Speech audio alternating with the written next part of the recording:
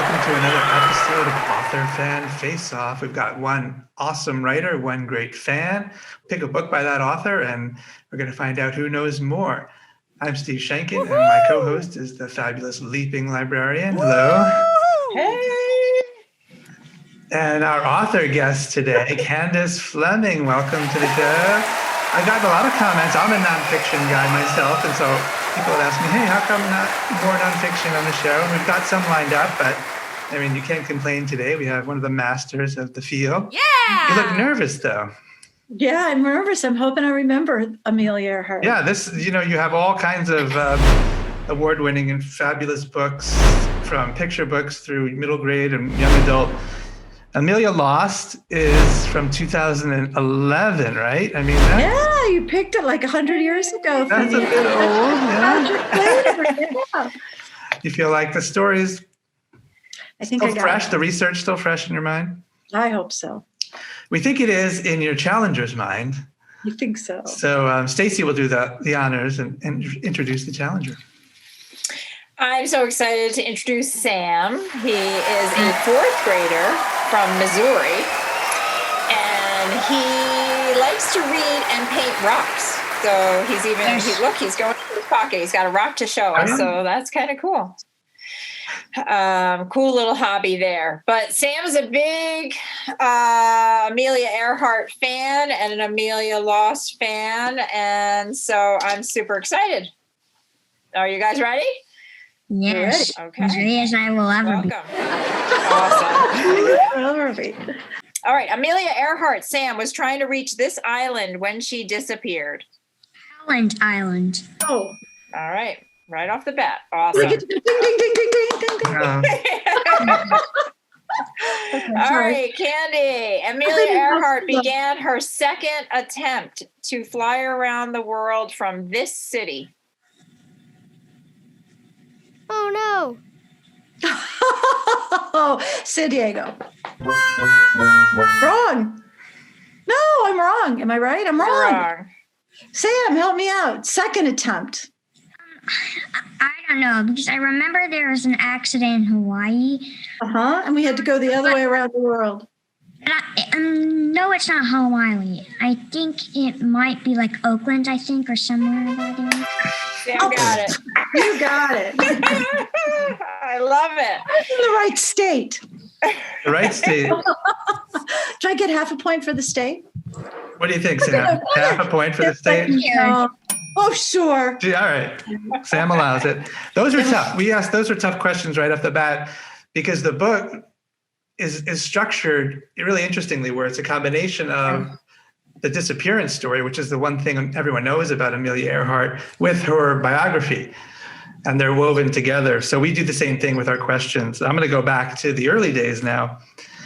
For Sam, as a kid in Kansas, Amelia attempted to build this kind of ride in her yard. Roller coaster. Yes. I love that story so much. Yeah.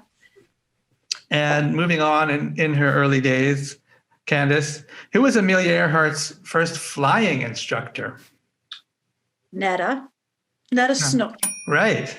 And that's become, in our house, when we want to say something like you don't want to say a curse word because we don't want to, we say, oh, Netta Snook. Great name, Netta Snook. Isn't it a great name? All right. Are you guys ready to awesome. continue? Sam? All right. In 1928, Earhart became famous for being the first woman to do this. Across the Atlantic. You got it. Yep. Awesome. Wow. Awesome. He's way too And then good. I love this. This was Earhart's favorite thing to drink on her long flights. Tomato juice. Nice. Yes. That's a great detail. Yeah. All right, Sam. Moving on in her life, Amelia Earhart was friends with this first lady and even offered to teach her how to fly. Roosevelt. We lost. I could read the first name. Just say it again because we couldn't hear it. Eleanor Roosevelt. You got it. I knew you knew that. I just wanted to hear it loud and clear. And FDR, her husband, didn't really like the idea, apparently, right? Isn't that true, Candace? You know what? She was a terrible driver. terrible driver, and he was so afraid of what kind of flyer she might actually be. But she actually applied for a license. Eleanor. That's a great story. Flying license. All right, yeah. now this, if I could have made every question in this whole challenge about the women's air derby, I would have. Well, we'll let Steve answer those. This is one of my favorite stories, Sam. I don't know if you knew. I wrote an entire book about this 1929 women's air derby, which is absolutely one of the best stories I've ever come across in a lifetime of researching American history. And it's this incredible race across the country by all the best young female pilots. So I want to know, Candace, in the 1929 Women's Air Derby, in what place did Amelia Earhart finish? Oh, I don't remember. Is it like Ohio, Toledo? I don't remember. That's where it ended in Cleveland, but I want to know what place she finished in. Like, in other words. Oh, what place? She'd be like, third. She went third. Ah, you knew it. Sure. Yeah, yeah. It's an amazing story. And all the women are amazing.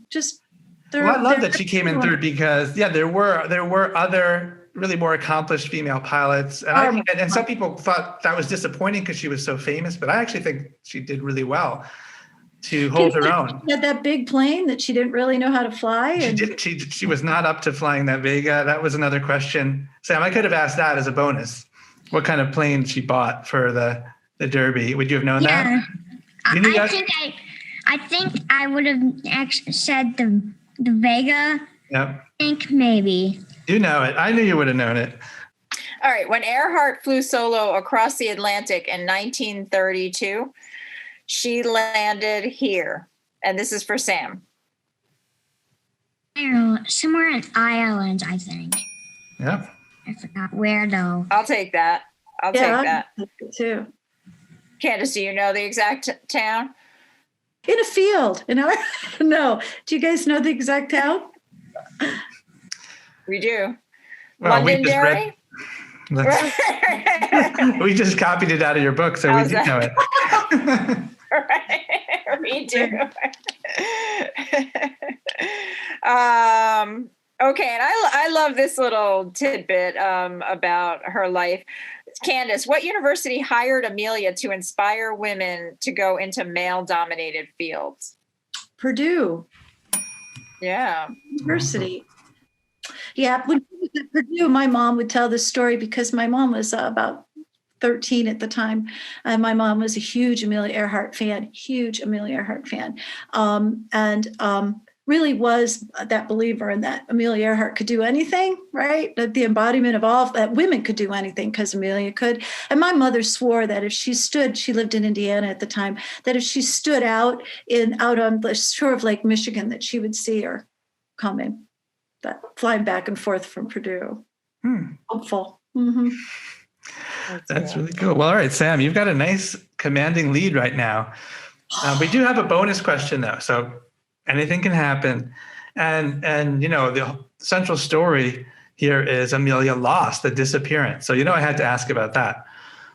And there were all kinds of theories, but in the very last chapter called Later, there are two kind of rumors, unlikely things that are listed as alternative explanations for what might have happened to Amelia Earhart. So I'll give a point each to anyone who can name one or both of those rumors.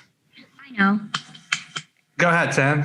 She faked her death and became someone in New Jersey. Right. That's right.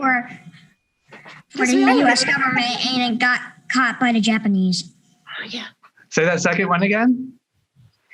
Amelia got caught by the Japanese because she was spying for the U.S. government. Yeah. Yes. Wow. You just won in commanding fashion. You just got them both. I love it. Good. I love it.